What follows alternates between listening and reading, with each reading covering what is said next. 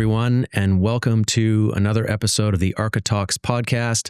My name is Ben Goresky, and I'm your host for this episode. And I'm sitting with Phil Tirtha Mistlberger, who is my guest for today. Phil, you and I have sat together a number of times to podcast throughout the years, and I'm excited. I'm happy to be sitting with you here on the Arka Talks podcast. Arka Brotherhood being an organization that you founded, and starting off a new venture here with you. So thanks for being with me. I'm excited to speak with you. My pleasure to be here, Ben. Thank you. Hopefully this is the first of many appearances you make on this show. I want to treat this episode as a bit of an intro. You to our community, you to our listeners, have people get to know you a bit and answer some questions around why you created the Brotherhood, what are some of the important elements, how you view men's work, and yeah, just sort of like Phil's intro and imagining in the future many episodes where you come on the show to talk about one or two specific subjects and dig deeply into things as we move along. So let's do it. Okay.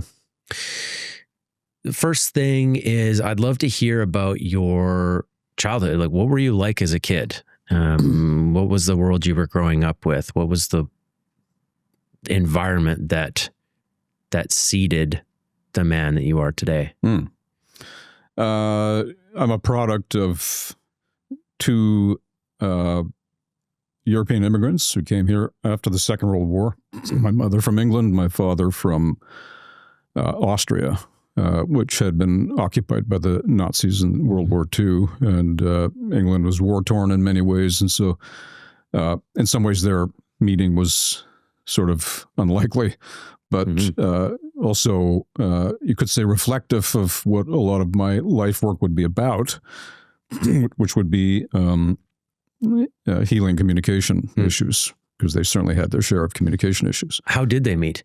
I think they met at a ping pong game at the YMCA, over a ping pong game. Where? In Montreal. In Montreal. Around 1950, 1951, somewhere around there, 1952 maybe. I think it was 1951. So I'm a first-generation Canadian. I had two older siblings. But the family growing up was quite dysfunctional in the area of communication. And I always tell this funny anecdote that when I was a kid, I used to watch a TV show with my mother. I was the youngest of three, and so I had some time alone with her. My older siblings were at school when I was 3-4 years of age. And the TV show we used to watch was called People in Conflict. And I, of course, at that age, I didn't understand the word conflict, so I heard people in cornflakes. So I actually used to call it people in cornflakes. I thought this would make a decent chapter heading from my life story when I write it, or maybe the title of the book. Yeah. And the show consisted of a panel of counselors or therapists or psychologists discussing issues with troubled individuals, and I think mainly troubled couples. And it gave me an interesting template to work with, even at that young age. The idea of just listening to people talk about their issues, and for some reason, I found myself very drawn to this. The whole thing was very compelling. And so I used to play this game with my mother where I would sit at a table and she'd come. I'd sit at a table with a glass of water like this, and she'd come in and sit down. And I'd say, well, tell me about your problems. And I was 4 years of age, and she would talk, and I would listen. Is that something they said on the show? Tell me about your problems. Like, did they bring people on to do that? Not like that, I'm sure. But, I reduced it to a 4-year-old's mind. But interesting. Yeah. But the whole idea of supporting people with communication dysfunction, I was exposed to that at a young age. Yeah. But this was not a passion of mine for sure. I mean, I was a rough and tumble kid. I was, heavily into sports. I was a good baseball player. Played on, midget teams and bantam league teams, or whatever they called them at that age. I was into skiing, was into all sorts of sports and what have you. And even in school, my interest was far more in the direction of science. Like my first passion as a teenager was astronomy. I wanted to be an astronomer. And then it became clear to me at a certain point, especially when I was reading some of the great poets and Carl Jung and Carlos Castaneda and Friedrich Nietzsche and so forth, that the stars that I was interested in out there were actually reflective of the inner stars. It was the purpose that I was seeking in the mechanics of the universe and understanding the clockwork, cause and effect things, nature of things, was more a symbol of something else that I was seeking, and that was the internal reality, the world of mundi or spirit, and how that manifests at the level of mind and how it affects relationships and the state of the world and reflects on the purpose for our being here and higher possibilities for being here and so forth. So I'm not at all an anti-science person. I'm very pro-science in most ways, but my interest slowly shifted to the world of transformational work. You know, it's funny you say that because I've actually met a lot of people who started out as scientists or engineers, you could say, and at some point their interest turned towards the psychological, the spiritual, the inner engineering school, you know, or the pursuit of inner engineering and understanding our inner world. And so, yeah, I can see that in your story, you know, like you were an athlete, you were, you know, you really wanted to understand how the world works and how the universe works. And then you started to discover that, you know, philosophy and the mind and the layers of what's beneath the mind are infinitely complex and interesting. Well, the key was working with negative emotions, because I had quite a lot of anger as a kid. You know, I was a little gang leader and I was a fighter and I got into trouble in many different ways. And at some point, my father put me in a martial arts class when I was 14 years of age in Shitoryu karate. This was also around the time that the David Carradine show Kung Fu, the original version that ran from 1972 to 1975, was aired. And I started watching that show right away, and I was mesmerized by the whole thing, the history of the Shaolin Temple and the training of a monk, so that they became a combination of this badass warrior, but this also highly disciplined man who entertained notions of enlightenment and oneness with existence and so forth. I found it was very compelling. And so that, combined with my training in martial arts, began to open my eyes to the existence of the spiritual tradition, which I was completely unexposed to, because in our conventional education system, we're not exposed to these ideas, right? And I remember picking up a book by Jay Gluck when I was 14 or 15. It's called Zen Combat.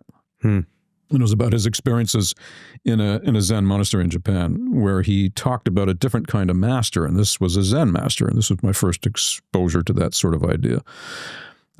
Later on, I studied in some Zen traditions, both in Toronto and in Vancouver for periods of time, but I found it a very good complement with the martial arts training. And that in turn led me to Castaneda, and I was reading Carlos Castaneda in 1975 when I was 16, which was a real mind opener, even though he was later pretty much conclusively determined by historians and scholars to be, essentially he was writing fiction. Storyteller, Yeah, he was claiming it as fact, but he was writing fiction, and he fooled a lot of his own colleagues and professors that he was actually, out there in the desert with some shaman receiving all these teachings that sounded suspiciously like early 20th century or late 19th century theosophical teachings. But he nevertheless was very inspirational for a lot of young people, including myself, in the sense of introducing them to the idea of living a life that was dedicated to transformation. Right. And of course, the idea of finding a sage or a mentor or a guide is something that is highly interesting for many young men who are searching for that, because perhaps they didn't receive that so much from their early life mentoring experiences with their father or with their other elders in their tribe of communities, which may have been non-existence for them, right? So there are a lot of ways to seek for that that sort of guidance, and I found it through these particular figures like Don Juan in the Castaneda books. Carl Jung, his writings were very inspirational, especially his Memories, Dreams, Reflections, his autobiography that he wrote in his early 80s. he showed this vast wisdom that I immediately was very drawn to in terms of his understanding of the power of the mind, but not dismissing the power of archetypes and symbols. So sort of a very integral type of approach to the wisdom traditions, what Aldous Huxley called the perennial wisdom traditions. And Ken Wilber was more the modern day exponent of that through his integral teachings.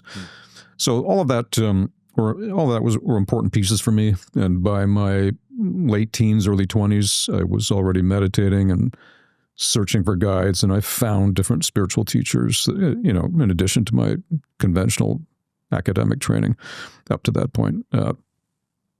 But it became clear a little bit later in my 20s, after I'd done a lot of searching around the world and spent time in ashrams and monasteries in the Himalayas and so forth, it was a piece that was missing. And that piece had to do more with the gender type work, which had to do with the importance of men spending time with other men, just like the importance of women spending time with other women, as we have in our many, loosely affiliated women's groups in the Lower Mainland.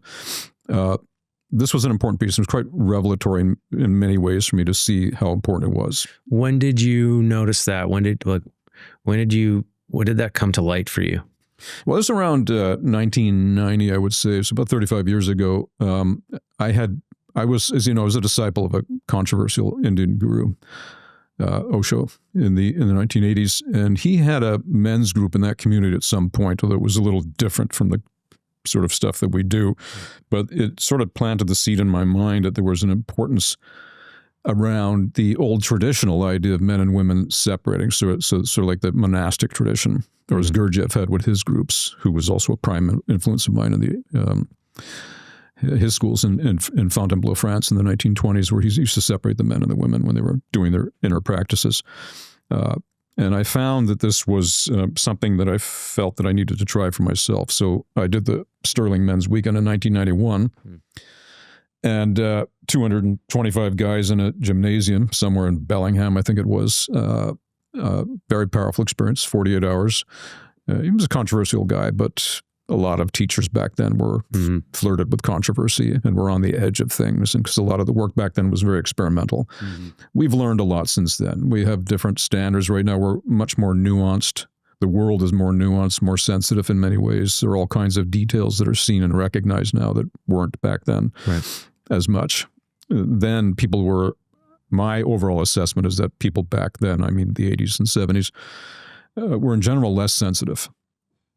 And this was certainly true back in the 1950s and 40s. The very first encounter groups were actually started in the 1940s, called T groups. And they were about training people in interpersonal communicating that embraced levels of sensitivity that obviously would have been needed at that time, because that was during the height of the world wars. And the way people were so armored then, because they had to be. Is that what you'd attribute it to? Like people getting more sensitive over the decades here? Is it like a shedding of armor, or is it a weakness? Like, is it a good thing? Is it not a good thing? Well, these are important questions, and these are, these questions are vast with vast answers. But there's no question that something shifted, something changed, roughly beginning certainly the seeds were planted in the 1940s, but it started really happening in the 1960s with the so-called counterculture revolution at that time. Flower power and all that, which was embracing a way of living that accepted something different, and it really had to do with the human potential. So the human potential movement also was developing around that time, 1950s, 1960s, through Esalen, through figures like Fritz Perls and Michael Meade and so forth. And this was all about seeing the human being as not so much this flawed entity that needed to be fixed, say through more traditional behaviorist psychology, or as just spiritually damaged and needed to be saved, say through the standard Christian model. It was more seeing the human being as a untapped potential. And some of this had been tapped on, in the Renaissance, when they talked about man being the measure of all beings, right? So the measure of all things. So that the human being was the divine in miniature. Right. And, made in the image of the divine. And so, but we have free will, allegedly free will, as though free will is seen to be largely an illusion when you look deeper, but it appears to be real at certain levels, right? And so that means we can go in either one of two directions, towards something extraordinary or to the absolute worst creatures to inhabit this planet ever. And there's no question that we fit that category as well, obviously. So all of that was accelerating in the 1950s and 1960s, the embrace of the greater potential of the human being. And then, what happened in the 1960s was the birth control pill became available for women. So they could choose more readily between a career or life at home as a homemaker or mother, right? Many of them naturally opted for a career, which is perfectly understandable. And so at that time, there was a men's movement that started to be created. And it was largely a feminist men's movement in support of the empowerment of women. Right. The first men's movement was feminist in nature, supporting women. Yeah, by and large. And starting in the United States and in United Kingdom. And then, of course, whenever you have the creation of something, sooner or later you're going to have the creation of the opposite of it. Right? I always say the classic example is that the Satan of the Old Testament, Hashatan, the obstructor, is a relatively mild figure. He's something of a hired gun prosecutor by Jehovah, Yahweh, as in the book of Job, right, where he's testing Job. But with the coming of the New Testament, you have the appearance of Jesus as a symbol of perfect purity, perfect light, and that requires, by the law of duality, the opposite. So at that point, Satan becomes something extremely dark. Right. Same thing is happening in the men's movement. So the initial support of the changes that were going on in the 1960s in the whole area of the empowerment of women was sooner or later was going to call into existence the opposite, for the more reactionary men's movement. And that was the beginning of the anti-feminist men's movement, which also began 1970s. Right, another group of men starts going, what about us? Yeah, but in a sort of a more extreme way, where the feminine mind is seen more as highly problematic, and certainly when it's existing inside of men. And I think, I'm not sure exactly how clearly this is borne out by facts, but the development of the pickup movement, pickup artistry, I think was an offshoot of the reactionary men's movement.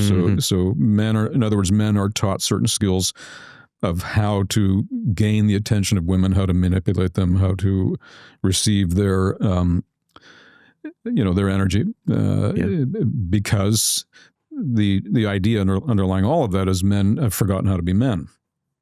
In that sort of way. But of course, the shadow side of all of that is the woman becomes objectified. Yeah, the women, that's their status. Yeah. In the mind of that man, is that she's to be used. And it's there because woman is feared, right? This is why one would only seek to control something if one was afraid of it. Yeah. So underlying all the techniques and all the ideology and the methodology of how to control the feminine, or how to get out of the feminine what you really need and want as a man, is fear. And so this is what the mythopoetic movement, which arose around that time through Shepherd Bliss and Douglas Gillette and James Moore and Michael all these Mead. Guys. Michael Mead, so on. Was attempting to address, which was the lack of balance. So this was finding more of the middle path between the extremes. And so it became, in this approach, it was not about the feminine at all. It was strictly about the man's relationship with himself. And more particularly in terms of his family system, that he's emerging from his relationship with his father, which has, classically been an area of pain and struggle for so many men throughout history. No different in the 20th century, probably enhanced in the 20th century because of all the broken families and all the global shifts that happened largely because of the Second World War. The creation of the State of Israel was largely attributable to what was going on in the Second World War at that time. Not just that, but just so many changes were happening. orphans all over the place, literally and psychologically, people disconnected from their family systems and in so many ways. So there was such a need for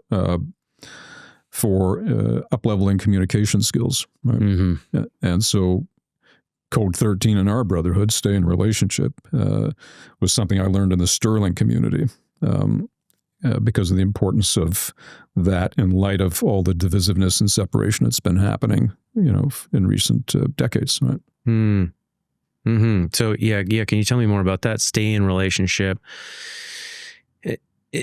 Is this related to like stay in relationship with your distant neighbors? Here we are in Vancouver, like stay in relationship with these people out here, or is it more about your family or your close friends? Like why do we need that reminder?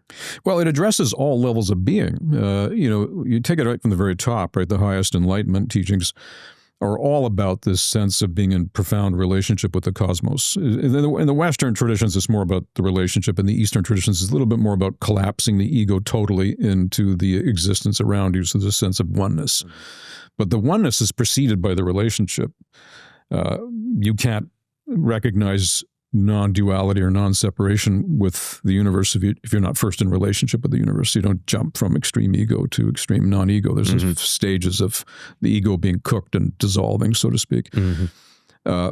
That's at the higher level. And then there's just the more basic levels. When you look at the dysfunction in family systems, most of it is related to bad communication skills. Right. You think of the basic things that kids are taught in conventional education. They learn about language, they learn about science, they learn about mathematics, they learn about history, but are they taught communication 101? It's very much lagging in our mainstream education systems. There's some of this now in some higher education. You could maybe find a human relations 101 class, mm-hmm. but which is essentially going to be similar to a type of therapy circle. But in most family systems, certainly historically, I think things are changing now to some extent in parts of the world, but mm-hmm. historically in most family systems, communication has been a low priority in terms mm-hmm. of understanding, let's just say something like projection, something as basic as projection. Yeah. The idea that what activates you or triggers you about another person mm-hmm. is something very likely you have going on within yourself. Mm-hmm. This alone, something as simple as that, is so poorly understood, just as a basic concept, let alone as a lived reality that could help people up-level their integrity in their relationships and their mm-hmm. accountability factor, the ability to be accountable for one's feelings instead of blaming others for how we're feeling all the time. Right. Yeah. As you're speaking, I'm sort of drawing the line between what you're saying, communication mm-hmm. and the code stay in relationship, and like, what's the link between those two? And just like looking at my own life and seeing how when I'm really living by that code stay in relationship, I am resisting my own mind's tendency to pull away from relationship, to keep things secret, to fill empty space with negativity and assumptions and judgments. Like just this past weekend, I've been in a group thread with my whole family and my cousin who's coming up from San Francisco. And we're trying to figure out whether to meet or not with them, and whether, my family should come over and have this short dinner with them. And they don't have all the facts and we don't have all the facts. And it's all in a text thread, and how details get lost there. And then we just fill them in our own mind, And so I sent my cousin a voice note, and just to share what my desire is for how much time to spend together and like what I really want. I told her that I love her and that, I just filled her in on everything that's happening in my mind. I just shared it all in the hopes that would just help her understand why maybe we might not come, or why it might not work for us this time. And I, in that moment, I was doing that because I follow this code stay in relationship, and the response from her was really warm and appreciative. And that's a practice that I've learned from you and from this code, is like, when things are feeling distant, when maybe there's conflict, or maybe it just feels like there's wires crossed, my job as somebody who lives by this code is to lean in and, sit down, have a conversation, have a clearing conversation, have a phone call, up the level of communication rather than like leaning back and just making assumptions or making judgments based on like what I've experienced, Well, when you look at the egos, when we speak of the ego, we speak of that part of the human psyche that is responsible for boundaries and a sense of personal identity, and it creates the experience of separation. So it's not a bad thing. It just has a job to do, but it's sort of like a watchdog, and it can get out of hand. And if it's a snarling, undisciplined, damaged watchdog, it's going to be scaring everyone away, right? Mm-hmm. So it's got sort of a kind of a role to do. So the ego is not a bad thing. But one of its primary manifestations in a more dysfunctional way can be summed in two words, which is avoiding relationship. I sometimes give this to some of my own students as a type of a mantra, avoiding relationship with a question mark. It was Franklin Jones that was talking about this 40, 50 years ago, the spiritual teacher. It's an interesting thing to consider throughout the course of the day. How often are we avoiding relationship? And so there's many ways to avoid relationship. Everything from the most basic activities on a daily basis to deeper aspects of oneself. Mm-hmm. But this contraction, the state of contraction of the ego, of drawing in within itself and living in a state of avoidance, has been so amplified in modern times, current times, because of the technology we have. There's so many ways now to avoid others and avoid the world. You can just hide on your screen, live a virtual life, and be disconnected from most elements of warm human reality. And so when you look at it from the point of view of the avoiding relationship aspect, you're going to see that the opposite of that, the countermeasure of that, is going to be stay in relationship, stay connected. So one of the ways we overcome one of the fundamental dysfunctional aspects of the human ego, avoiding relationship, is through extension. The simple act of extending to others. Not in artificial ways, not in inauthentic ways, but just in a way that one is not inhibiting one's natural impulse to reach out to others, to be that long arm that is needed sometimes. So many relationships collapse or fall apart because of the resentment of not wanting to be the one who reaches out, falling back to that childish or childlike type conditioning, where when you were a child, everything came towards you. You drew it all to you by virtue of your charm and your innocence and your purity, and then that sort of stays with you the rest of your life. Well, I should be able to continue to have everything just revolve around me. And then the hard lessons of adulthood, start to seep in, which is the need to live a life by being accountable for oneself through the act of extending to others. And you lived this process of staying in relationship, this process of cooking your ego via just putting yourself deeply embedded in multiple relationships. You were sharing this with us over breakfast yesterday, how you lived in these homes with 10 other people at a time, sometimes 20 other people. And the mandate was like, you were all there to do the work, this work that you're talking about of staying in relationships. So there was house meetings every week. There was meditating together. There was eating together. And for an introvert, which you have said that you are, I imagine that's just it's a big sacrifice in service of this work, transformation. Back then which is really the 1980s we're talking about here, the way it was done, certainly in this part of the world, but many other parts of the world as well, was through communal living. You lived communally, as I was saying the other day, and as you were mentioning, part of that involved the sharing of a lot of things with each other. You had a roommate, and all the meals were pretty much shared, and you didn't live a secretive life. It was an open, transparent life in which all the unhealed aspects of one's family system would be brought up to the surface through this type of living, as you can imagine. I've witnessed some very intense scenes over the years of living like that between people, that sometimes pushed right to the edge of what they could tolerate from each other. And now, we live in a time now where there's a much more separation, but there's also much more connection, paradoxically, through the devices that we have. So we can people are now spending their time in chat rooms together rather than actual physical rooms with each other.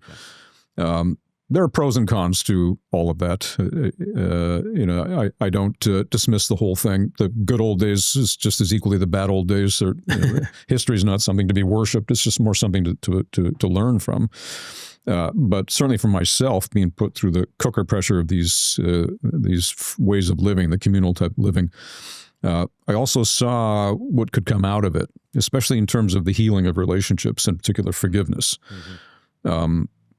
Because this is one of the most effective or powerful things of transformational work in the context of communities, certainly as we have in our Brotherhood, is the ability to, let's say the willingness to look at issues of forgiveness and to start working on those and to experience the peace of mind that comes from letting go elements of the past.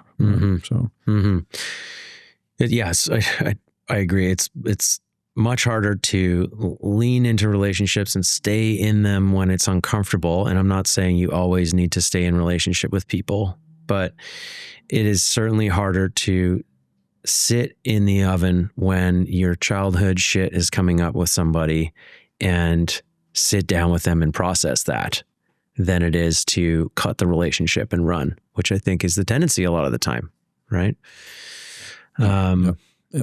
So coming back to men's work. So you go to that first Sterling weekend and what inspires you about men's work and makes you want to take that and at some point start your own men's group? Well, in Sterling's weekends, what happened was that when the 48 hours was over, it was more or less a given that you were going to join a team. Back then we called them teams. And I would estimate probably 90 to 95% of the men did, because they saw the importance based on what had been opened up in the 48 hours and the different issues that were sort of all tossed at us all at once. And it was very well done in terms of what activated for most of the men there. And they saw the importance of a follow-up and the importance of building brotherhood, building relationships with men. And so I remember I was assigned to a team with 6 or 7 other guys. I didn't really know any of them. And in other life circumstances, I might not have thought that I would have had that much in common with them. But within a month or two, the bonding that was happening was quite exceptional, because most of the men start to see that they have never lived in such a way where they've realized they can have relationships with men that are not based on something. Like a lot of male relationships are based on a particular objective. We're gonna build something together. We're gonna talk about something together. We've got some sort of a goal, some sort of a purpose for being together, or we get together like in an old in a buddy sort of relationship, get together and just sort of talk about things, right? Yeah, catch up. Yeah, exactly. But for men to be with each other in a setting or a forum or a container where they are there just for the sake of truly being with each other. This Sanskrit word sattva, which means the nature of it, just the beingness, pure being, is relevant here.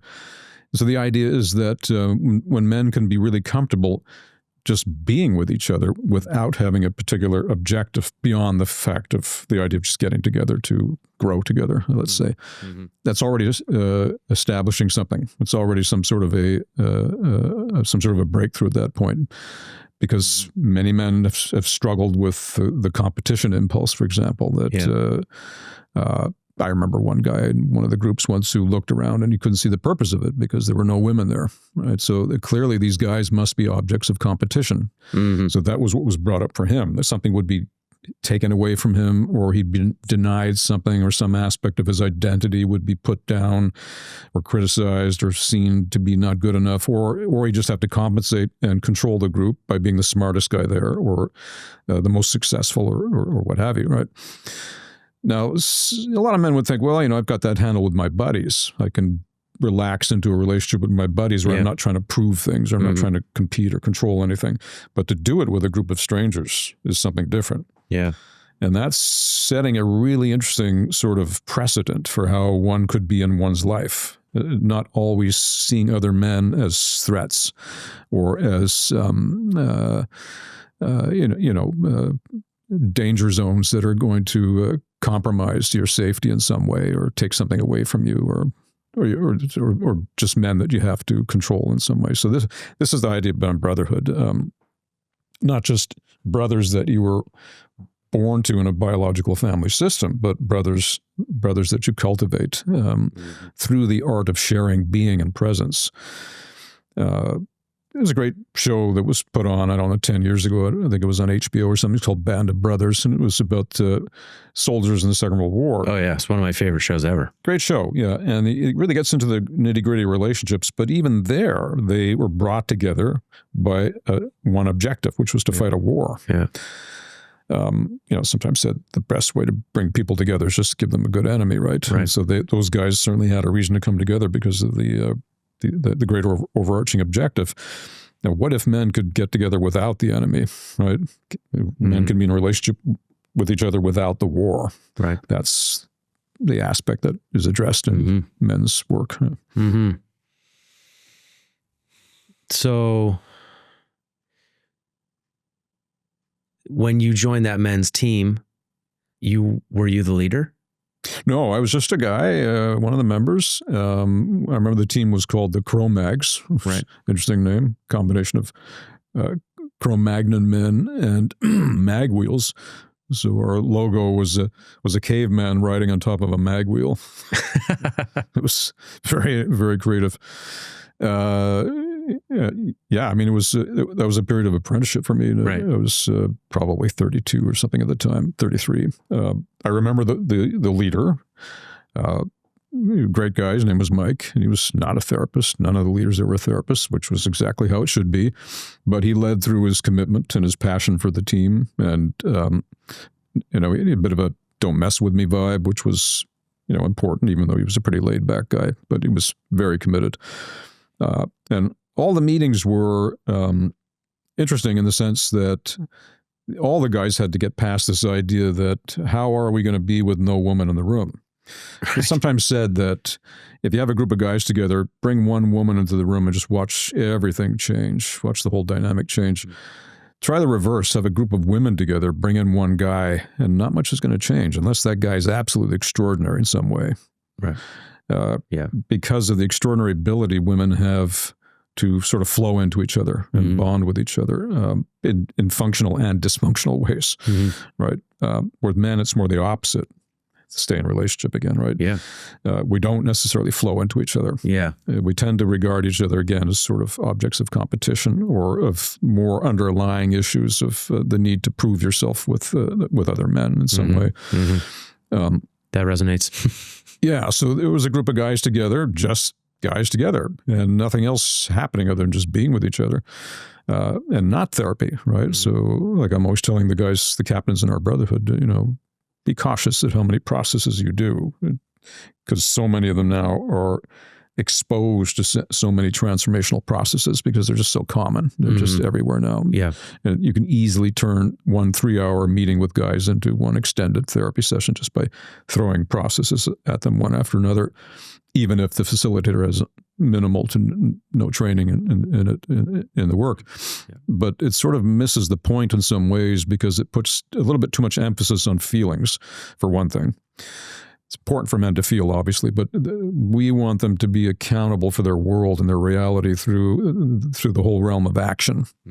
What actions are you taking in your world? All right, what are you doing? As opposed to passively watching the world behind a screen or what have you, right? Right. So in men's work, it's, yes, it's good to feel, but what are you doing with your life is a more important question than what are you feeling? Yeah. Well, knowing your feelings is extremely important for a man, because if he doesn't, he's going to be not just spiritually bypassing, sure, but in more significant ways, he's going to be dissociating, and he's going to be just out of touch, and his ability to relate is going to be marginal at best. So there has to be some degree of being in touch with himself, but the whole focus can't be on that. Right. If it's just that, then you've got a problem. Exactly. And when groups, men's meetings are all about psychological processes, the focus tends to be almost exclusively on the feelings. Mm-hmm. And that's not really going to be helping the guy grow that much in terms of what men's work is ultimately about, which is making him feel better about himself in the world, in his work on the world. Right? Yeah. Gurdjieff used to say, I love him who loves work. It's the idea that some sort of a work ethic has to be there and some sort of passion for his life, some sort of tapping into his higher purpose for being, what we call the Holy Grail sometimes. This is going to bolster his self-esteem more than anything. Mm-hmm. Right? So, how do we get to the point where you decide to start the Samurai Brotherhood at the time, which became Arka? How do you get from the Sterling group to... Sure. I had joined forces with Dwayne O'Kane in the early 1990s, and we co-founded a spiritual community. We were supporting Sandy Levy Lundeen, who was an international transformational workshop teacher, very, very powerful teacher. And she had gone to Sweden, and we had this group of people here that we wanted to work with, so we started an organization that we called Clear Mind.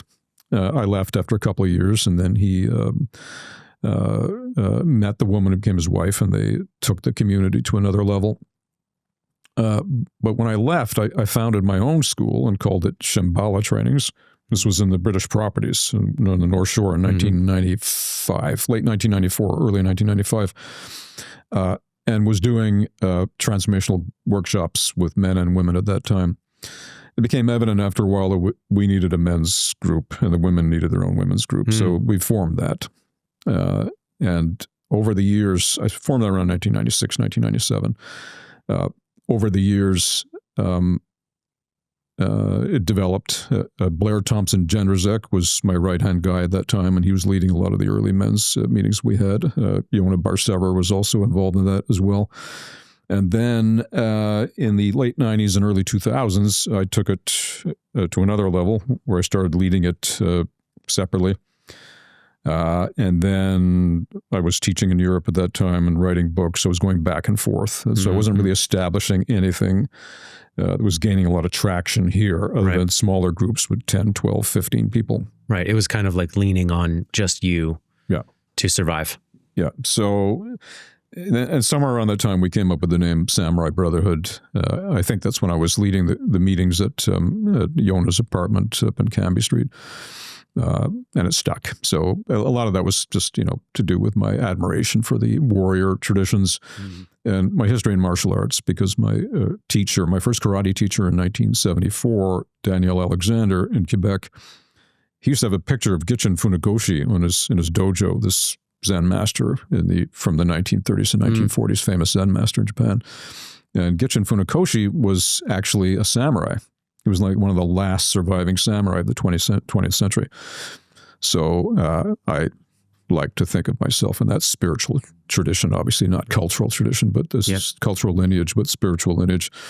And then, that whole thing developed and sustained itself periodically through those early years of the 2000s up till 2015, when we had our big reboot, as I call it. And that's when some of our key guys came on board and went from there. Right? Yeah. And then you spawned this first group in your apartment in West Point Grey Alma Street. And after a year or two, these men, the group grew. I remember by the time I wanted to get in, the group was full. And about to split into essentially 4. Yeah, you came around, I think, in late 2015, right? I think so, yeah. At that point, we'd gotten up to 25 or 30 guys. And I realized once it got up to 30, I had to leave my apartment. So we went to Reflexology Center on Canby Street, which doesn't exist anymore. It was torn down a few years ago. We had meetings there. And then I realized that it was time to empower some of the men and have them be leaders. So I remember asking who here wants to lead. 6 or 7 hands went up. And I remember thinking, I'm not sure about this guy. I'm not sure about that guy. But that's part of the process of empowering people. You give them the chance, right? And it turns out they all did quite well leading the early squads. And they all did great. They all did great. You talk about the type of men's work we're doing in Arka as leadership training. Can you tell me why that is? Well, we often say that the higher purpose of a men's community is healing and leadership, the training of leaders and healing. Healing is the overarching main purpose why men come, learning how to heal their wounds with their father, heal their wounds with their masculine identity, learning how to develop relationship skills, communication skills, just learning about themselves in general in the context of relating with other men. This is for majority of the men. And there are some that come out of that are natural leaders. Maybe a lot of them are natural leaders. And so because Brotherhood is growing all the time, there are opportunities, right? This was how it was designed from the beginning, because people don't stick around forever. There are many men we have that have been with us since the beginning. Yeah. But a lot of men will stay around for 2 or 3 or 4 or 5 years, sometimes less, sometimes more. And our captains don't stay around forever. Many of them have been here a long time and will be here a long time, but sometimes they leave or they go somewhere else, which means the captain's seat becomes open for a new man to move up, right? So this is an important aspect, because leadership here doesn't always mean in that bigger sense of leading a company or leading an organization or anything like that. It has more to do with the relationship one has with oneself and one's personal power. To be a leader in the best sense of the word means to work against inertia, right? The forces of the ego that tell you that you're not good enough, or your contribution to the universe, to planet Earth, is pointless because there's so many other people on planet Earth, so why bother? Right? Or that if you do get somewhere in life, you're an imposter syndrome, right? And all of that stuff. So leader in this sense means pushing back against the ego's fears of expansion, fears of one's own power. This is a common fear many men have, right? Or the fear of discovering that maybe your contribution does matter, right? Yeah, I think this imposter syndrome, or this piece of not feeling ready, or who am I to lead, comes up a lot for guys in the beginning of their leadership journey. Very common. And it's something that guys work through via sitting in the heat of that, leading anyways, practicing, showing up as an act of service. I mean, there are more people on the planet now than ever, right? What is it, 8 billion, something like this. And, there's more wounding on the planet than ever. There are more great ideas on the planet than ever. There's more of everything. And within all that, there's the equal need for more leaders of quality, right? Yeah. And so I think the days are gone where it was just 1 or 2 leaders that were the charismatic ones that sort of controlled everything. Although if you look at the world right now, it might seem otherwise. But even there, you take an example of, say, the American president, whichever American president it is. They're only in office for a certain period of time because the Constitution guarantees that, allegedly guarantees we're going to find out, right, that they don't stay around forever, and that was set up for a reason, so that tyrants don't form, or kings who just control everything all the time. And so we're in an era now where it's all more about accountability. And the idea that one can lead in small ways in one's life and make a difference, rather than looking to the grandiose, dominant leaders to determine everything about your life, right? Yeah, I think in this time, it can be easy for men to become disillusioned, to feel like, what's the point? To feel small in the world. It's a big, wide world out there, to hide, and consequently to be depressed and to feel lost and anxious in the world, And I hear you come back to this a lot with men, when they're bringing the fear, the sense of, depression or disconnection from life, bringing it back to, well, what are you doing with your life? What are you serving? What are you standing for? What are you actually doing?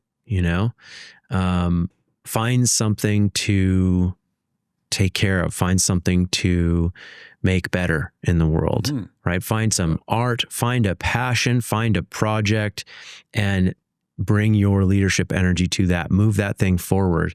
And that's what we're here to do. That's what gives a man a sense of purpose. You know, we have that built into Arka with just the very fact that we need leaders. Yeah, exactly. One of my favorite metaphors is that there's this orchestra going on in the universe, and each person has an instrument to contribute in playing in that orchestra. And when you see it that way, there's the idea, I think the Course in Miracles says this great line, this interesting spiritual book. It says that God is incomplete without you. The idea that the universe is incomplete without your contribution. This is the perfect teaching for understanding why leadership has to arise from within. It's not because you're meant to necessarily guide a lot of people specifically. You might be, but it's more that you have this particular contribution to make to the music or the fabric of reality, and that without your contribution, something's actually lacking. Right. It's a kind of a revolutionary thought to entertain for a lot of people, because most people are not thinking that way. They're thinking they just have to sort of get through things without being thought ill of by other people, or without anything bad happening to them, or establishing their little lot in life, or wherever that's going to be, planting their flag in the particular corner of the forest, or establishing their space there, so to speak. But what if your place there and wherever you are is actually affecting everything else? What if everything is truly interdependent? Then it's a whole different way of seeing things. Like Thich Nhat Hanh used to say, the famous Zen master who passed away a few years ago, used to say that in a piece of paper, there are clouds in a piece of paper. And somebody asked him what he meant by that. Well, he said, well, paper comes from trees. Trees exist because of water and rain. Rain comes from clouds. So there's this network of interconnection, which is intrinsic to the universe and our existence in the universe, which means that we're all part of it, right? And so when you understand it from that point of view, leadership makes much more sense. It has nothing to do with being an alpha and being dominant over others. It will be for some, but it has far more to do with recognizing your basic worth in terms of your connection with the fabric of existence, and how you are as important as anything else in the fabric of existence. Yeah, what's coming through for me is just the difference between living an existence that is more reactive, or tending to be evasive or victim mindset or scarcity mindset, versus an existence that is more acknowledging your own generative capacity and creativity in everything that you do in your life. Yeah. Abundance mentality. And why that's so difficult is because of what we sometimes call the scarcity principle, right? So the scarcity principle is this idea that there's not enough to go around. Right. Where is that learned? It's learned in childhood, essentially. Oftentimes in competitive relationships with siblings, there's not enough love or attention to go around. One person's going to get it. But even in the case of an only child, they'll experience it sooner or later, to some extent, likely, in their basic socialization, especially with their peers, right? When they start acquiring friendships with peers and so on. Who's getting the attention, right? And if somebody does, is there going to be enough left over for me? And then there's this other idea that the universe is inherently abundant, right? Which you find in a lot of the manifestation teachings that became very popular in the 1980s and 90s and so on, which certainly has some truth to it. Although you could say some of this comes back to Stuart Wilde's old saying that he had I think one of his books was titled "The Secret to Money is Having Some." Or the funny version of the golden rule: who has the gold rules? Right? You can make light of this stuff, but it's more of a mental attitude, right? Right. So abundance is not created through any hocus pocus manifestation techniques. You can always try them, but they're not necessarily. It's more through the basic attitude of how I'm approaching each day. I always like the Buddha and his Noble Eightfold Path. One of his 8 noble virtues was right attitude. Right. So important. It's so critical because it's, you go about your standard life and you face all sorts of obstacles. Gurdjieff's law of 3. You start a project, it's faced with resistance. A relationship starts, problems happen. A business starts, problems happen. Mm-hmm. Entropy wears down the body, problems happen. It's all about how you're going to deal with the negative force problems. Right. And from there comes a third, higher state. So the resistance is happening all the time, and the only really viable counterforce we have to deal with resistance is attitude. Mm-hmm. Having the correct attitude, which is not seeing the resistance or not seeing the negative repercussions of life and the challenges and so forth as being some sort of curse, right? Mm-hmm. Or that the universe has it in for me, or others get it easy when I don't. Instead, seeing it as a opportunity for growing. Right? Mm-hmm. Yeah, the middle path. Yeah, in my mind, I'm sort of picturing the negative victim mindset, and then the like bypassy, ultra positive frame that isn't quite based in reality. Yeah. And then the middle path of seeing a challenge as a worthy opportunity for growth. Exactly. Yeah. And, just to bring it back to men's groups again, like when guys bring that right attitude or the good attitude to the meetings, it makes all the difference, right? Yeah. As opposed to guys who come in there maybe feeling really down about things and not being willing to move off of that position. It's natural to feel down about things. So radical acceptance is a big part of our work, which is to embrace the reality of what you're experiencing, not to deny it. But it's one thing to embrace the reality of what you're experiencing. It's another thing to sit on that position, right? And be driven by it, even worse. So attitude works to get us off the position. Right attitude works to get us off the position and not be driven by the negative aspects of life, right? Mm-hmm. Mm-hmm. That it doesn't mean anything about me per se, right? My contribution to the universe can't be necessary or must be a problem if I'm facing so many challenges.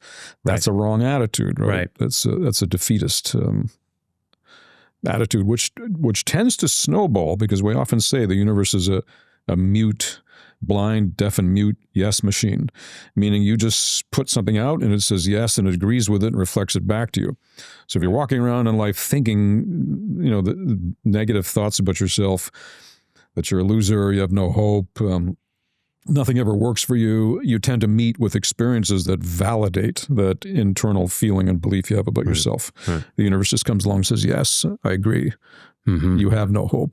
Mm-hmm. And shows you experiences that reinforce that, which becomes that vicious cycle, right? Yeah. And then people start building up resentment and hatred and so on. Which to step out of that whole cycle is to actually consider for a moment that maybe you're a big part of the problem. Yeah, right. It's not just something that's coming at you, right? Mm-hmm. I want to ask you about a couple pieces about our Brotherhood stuff that we do, and ask you about what they mean and why we do them. So the first one is we have an exercise, a very basic exercise that's probably done on the first meeting of every time a squad forms in the beginning, and is done quite often throughout the Brotherhood. And we call it the samurai stare. We still call it the samurai stare. And it's simply men standing in front of each other, looking in each other's eyes, breathing for a few moments together, and then probably moving on to the next guy.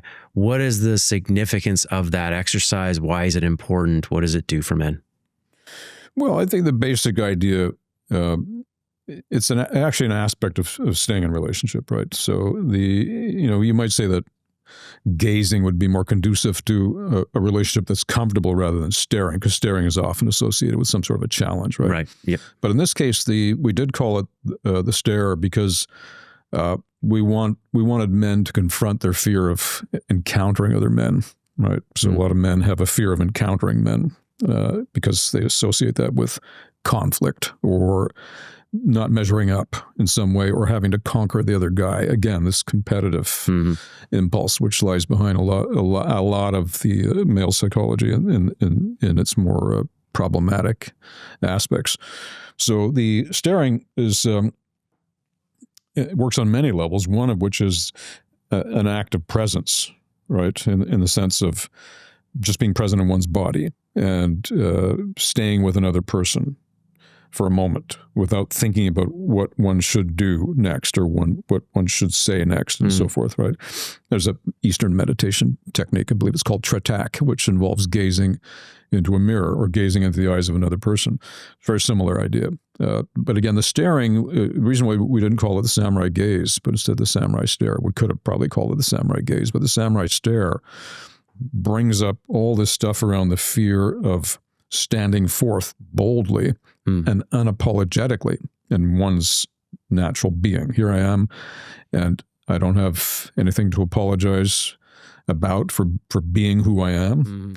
And I'm going to also demonstrate an act of fearlessness in staring at you and allowing you to stare at me. And in all of that, there's an interesting type of bonding that happens between guys, right? And it also can bring stuff up, but it works just on the level of a simple meditation, because when you're engaging visually like that with another person, the mind tends to slow down because you're focusing your attention in one way, similar to listening to a piece of music or looking at some image or what have you, a tree or a sunset or what have you. Your mind is going to slow down, but engaging another human, even more so.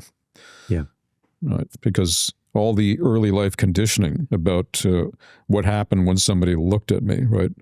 Was it done with heart and love, or was it done with authoritarianism or hostility? All of that stuff could be brought up by that simple act. Yeah. Simple but powerful exercise.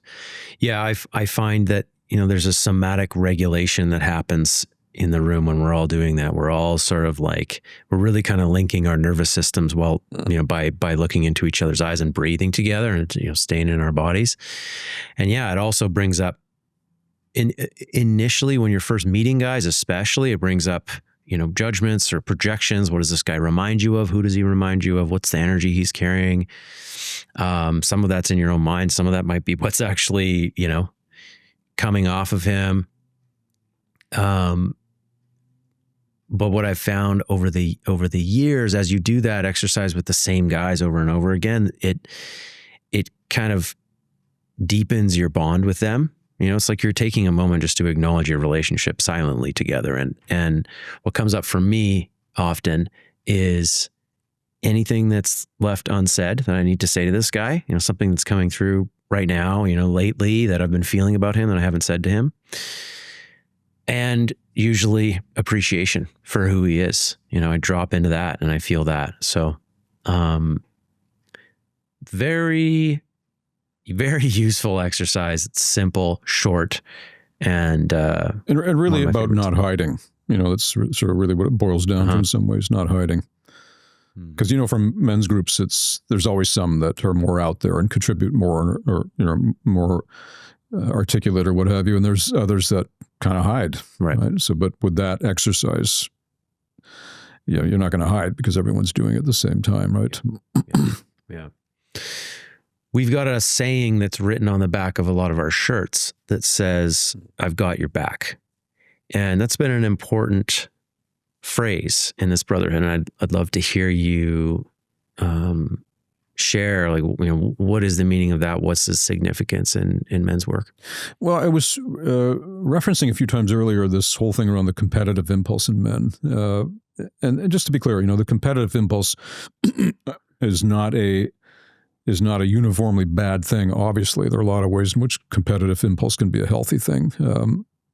But it also can be very, very problematic. And the heart of it is you don't have my back, right? It is mistrust, which is something that many men grow up with this sense with other men, that their father didn't really have their back, or their brothers didn't have their back, or their friends betrayed them, or what have you, right? I mean, a lot of men grow up with the sense with a father that it's not safe to surpass the father in terms of level of success in the world, because if you do, it's going to be like the myth of Kronos, who's eating his sons as they're born because he doesn't want to be surpassed by any of them, right? So a lot of men have that sort of wounding, that scar in their psyche around male authority, that ultimately it's here to control you. It's not here to empower you or support you. So that mistrust lies at the heart of a lot of their relating with other men. And much of that gets transferred onto women in different ways.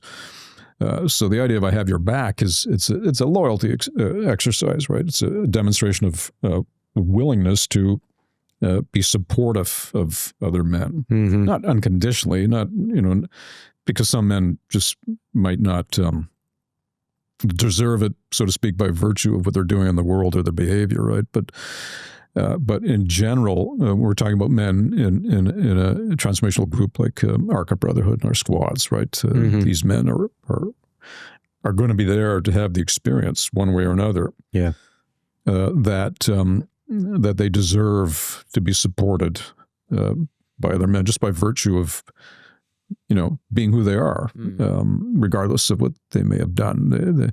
There's the possibility of redemption for most men, right? I wouldn't necessarily say all, because some have to be corrected in other ways. But most men deserve some sense of redemption.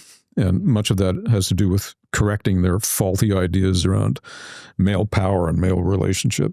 And so I've got your back as a simple motto that expresses the willingness to support other men. Yeah, I found that. I love that you shared about the giving and the receiving. The saying it to a man, but also the ability to receive that and let in the support from other men. Which isn't easy for guys. Yeah. It is a phrase that is a piece of the healing that we're doing in men's work. It's helping that healing happen as we, say it, receive it, notice what comes up, and then notice what happens over time. Yeah. Yeah. We do this with the squad in the first month or something when they first formed, and the guys don't really know each other, and they say, "I've got your back," and it's like saying it feels a little bit insincere, receiving it feels a little bit insincere, because well, do you really know me? Do you really have my back? All this stuff comes up. Exactly. Like a lot of these methods are like master cylinders. They'll bring up anything unlike themselves, so to speak, right? They just go down there and stir shit up, and the stuff comes up. So the idea of I have your back, for some guys, they might experience it as a welcome sort of way to bond with other guys.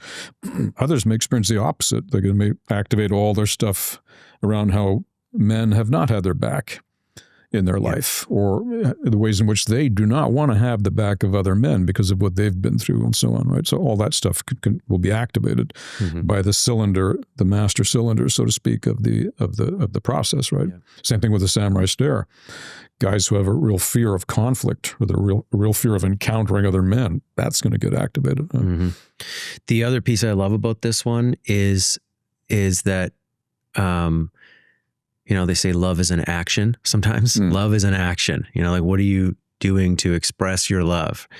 With I've got your back, a guy can think about, what does I've got your back mean in this moment with that guy over there who's sharing right now, when he's speaking for too long and he's taking up too much space in the group? Or what does I've got your back mean from me to him when he's shown up late 4 meetings in a row and disturbed the group, or he has not been doing what he said he's going to do. He's not been keeping his word to the group. He's been breaking his accountabilities. He's been breaking his goals. What does I've got your back mean in that context? Do I let it slide, or do I call him forward? Do I speak about it with him? Exactly. Yeah, a lot of times I've got your back is going to be bringing fire, right, to challenging him. So if a guy, some of your examples were fairly easy to comment on, right, because they're a little more stark. The guy who's late for 4 meetings in a row, if you're going to have his back, it's not about enabling his bad habits. It's going to be about the opposite. It's going to be calling him out, right? Yeah. This is how I'm going to have your back, is by challenging you in a way that you obviously need to be challenged. Right? Yeah.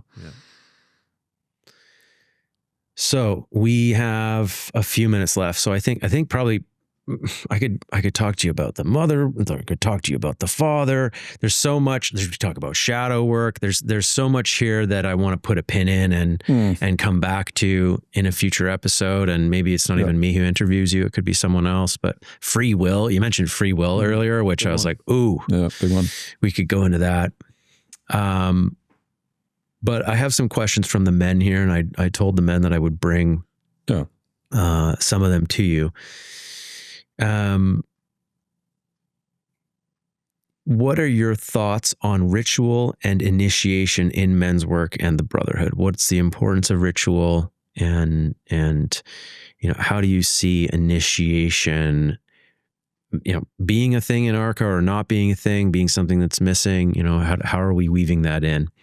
Well, I mean, ritual and initiation is a fascinating thing, and I've long had an interest in it. But there are different levels, right? So it depends sort of like the level that you're talking about. So in more, say, esoteric spiritual practices, initiation and ritual, very important thing, just as it can be in exoteric practices like organized religions. Like if you've ever been to a midnight mass, right. It's very highly ritualistic, as so many elements are. If you've ever witnessed Tibetan Buddhists doing their chanting with their musical instruments, extraordinarily ritualistic, powerful stuff. But the average guy that's coming into a men's group we're not going to be talking about this kind of ritual. It's going to be more the ritual as it plays out through the elements of, say, the 14-point code, right? Speaking honestly, code number 1, code number 2, having a personal practice of working on yourself and so on, right? All the way down to code 14, being an honorable family member, right? And showing up on time, showing up in the meetings, living a life of a correct attitude, demonstrating a correct attitude. These are all in themselves initiations.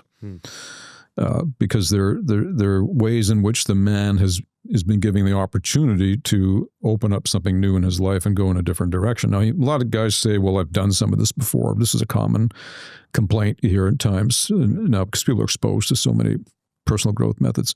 I've done it before. I did that before. This means absolutely nothing, because the point of power is always in the present moment. It doesn't matter what you've done before. It's what are you doing now? So initiation in that sense, you think of it as initiating the start of something, like the ignition of a car, initiating the engine to get it going. It's always in the present moment. So initiation in some respects is the embrace of the present moment. And in a way that you're not living in the past or fears of the future, or in sort of hardened negative beliefs you have about reality that keeps you out of tune with the present moment and the power and the abundance that is available in the present moment and so on. So that's very much what initiation is about in the general sense. Ceremony, however, is always powerful because it demonstrates commitment and seriousness. So, for example, in the esoteric practices, when a ceremony or initiation is done there, it's sort of an elaborate prop in a way. And it's a prop to get the mind to take something seriously and be truly present with it. And so when you see it from that perspective, you understand that what's really going on here is these are all techniques to slow the mind down so that you're more available here and now to the reality of what's around you and the reality of who you are, as opposed to being caught up in stories, right? Wow, I love that answer. Yeah. I was thinking about my own group that I run, King Cobra, and some of our small rituals that the guys are quite attached to at this point. One of them being just the way we finish the meeting. Yeah. Hope. Right. Yeah. But another thing that I've noticed recently by having some different meetings where we don't do check-ins, like in my group, basically every week, we go around the circle, we give each guy 2 minutes to tell us the most important aspects of what's going on for him right now. Yeah. It could all be feeling, it could be some details about what occurred for him this week. It could be that he hurt his back, like he'd talk about whatever is most important to him. Or sometimes guys just stand up and have a emotional process for 2 minutes and just release something. They cathartic something, I've taken that check-in away a few times over the last few months in favor of doing some other exercise, or we had a movie night one night where we watched a movie related to men's work, and the guys really, I've been always getting feedback from the guys like, hey, I like that we did that thing over there, but I really miss checking in with the other guys. Like the guys it's a ritual for us now. And the guys are really attached to it. And I didn't think that would happen, but this is what I'm seeing with the men. Well, rituals are also practices that create bonding between people, right? So I mean, you watch some of the same more dubious aspects of that.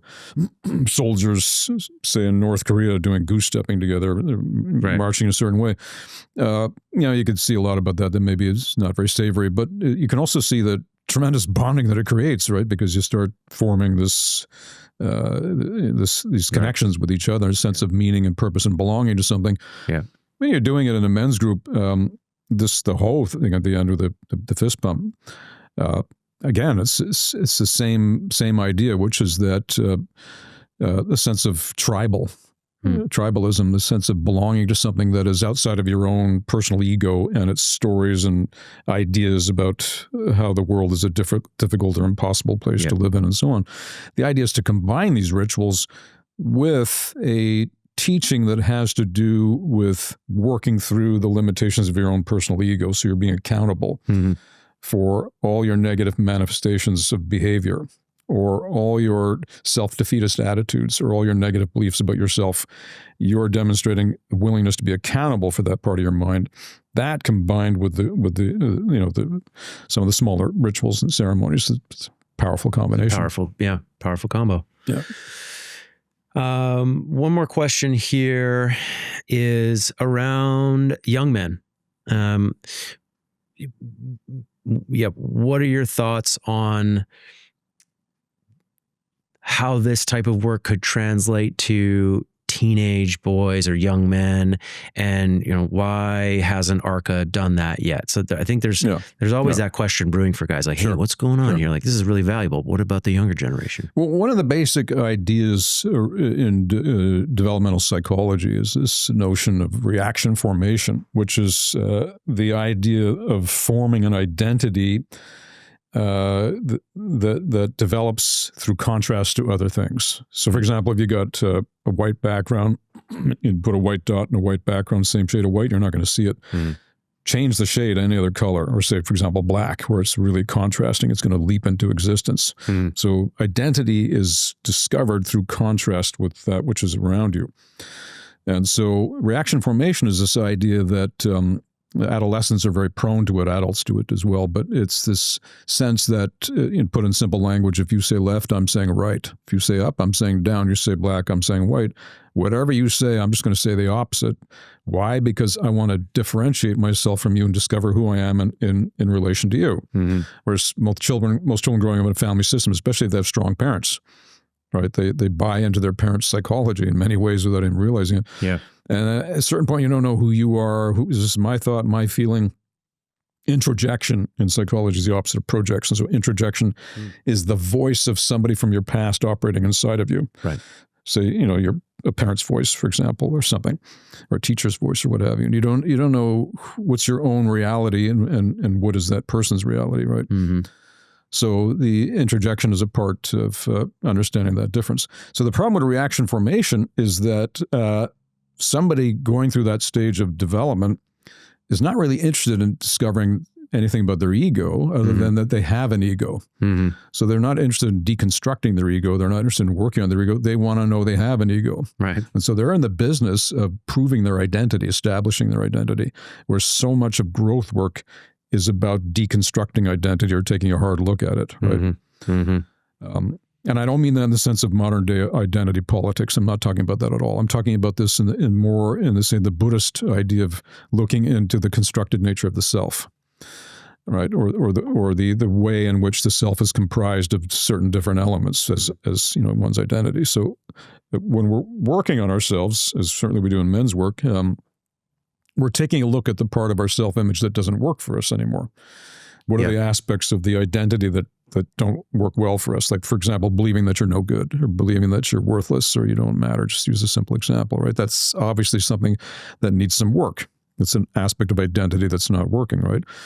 Now, for a young person, they're not necessarily interested in hearing that because they just want to know that they have an identity. So they're really much about discovering their identity.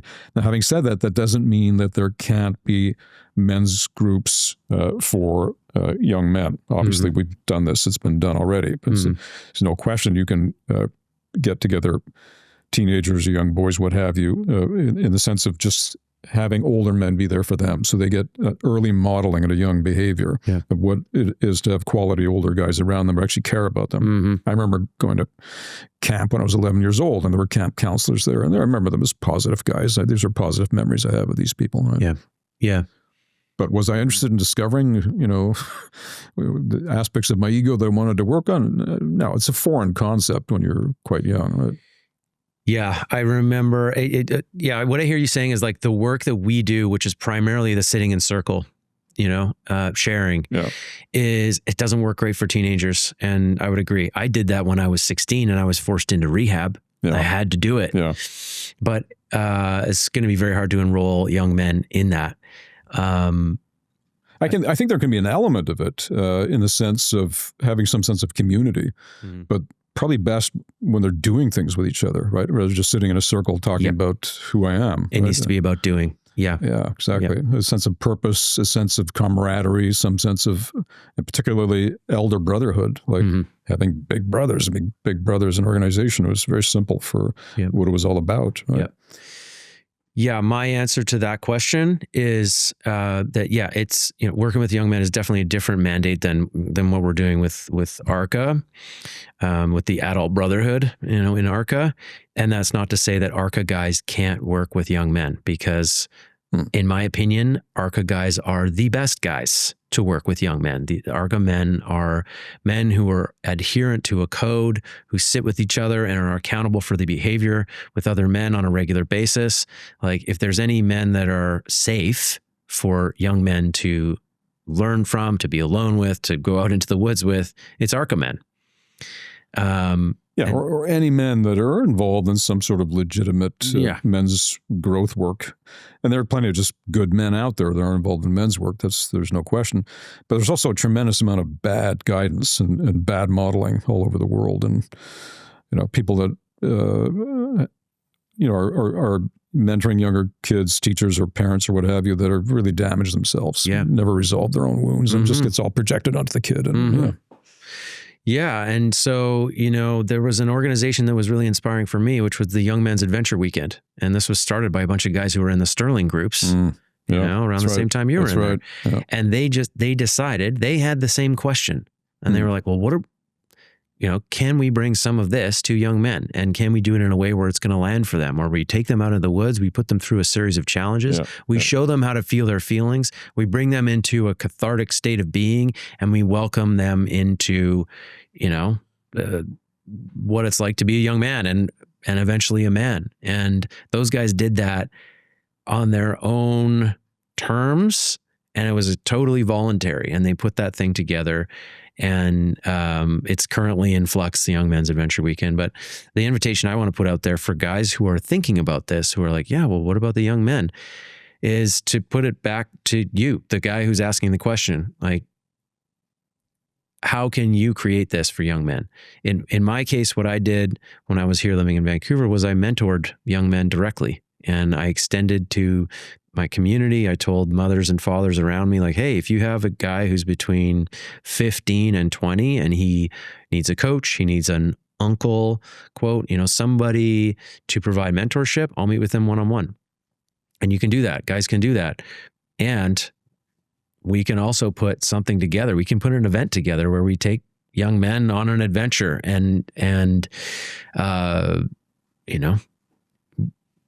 walk them into manhood, together. So I encourage guys to do that. It's a lot of work, which is why it hasn't been done yet by Arka men, but I see that coming. I can feel that coming because guys are having kids, guys are getting older, and are stepping into that phase, Yeah, we've often said that in our brotherhood, the greatest gift that older guys can give to younger guys is just to show interest, give them attention. Yeah. As opposed to just someone, talking down at you the whole time. And it's going to be similar with young adolescents, right? The idea that there are actually guys there that are invested in spending time with them. That alone is, going to be half the gift right there. Yeah, in the Young Men's Adventure Weekend, the guys have a rule. The men have a rule. They're not allowed to give advice to the young guys because we have this tendency to just like talk at young guys and tell them how to be. But that's it right there. That's the reaction formation I was talking. Because you give advice, you're just going to get pushback. It doesn't work, or you're going to be ignored or whatever.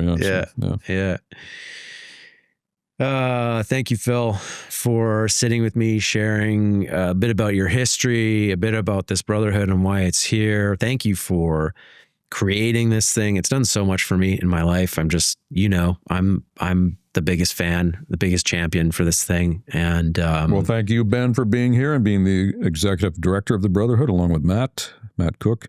You guys are doing a great job, and future's unlimited. Yeah.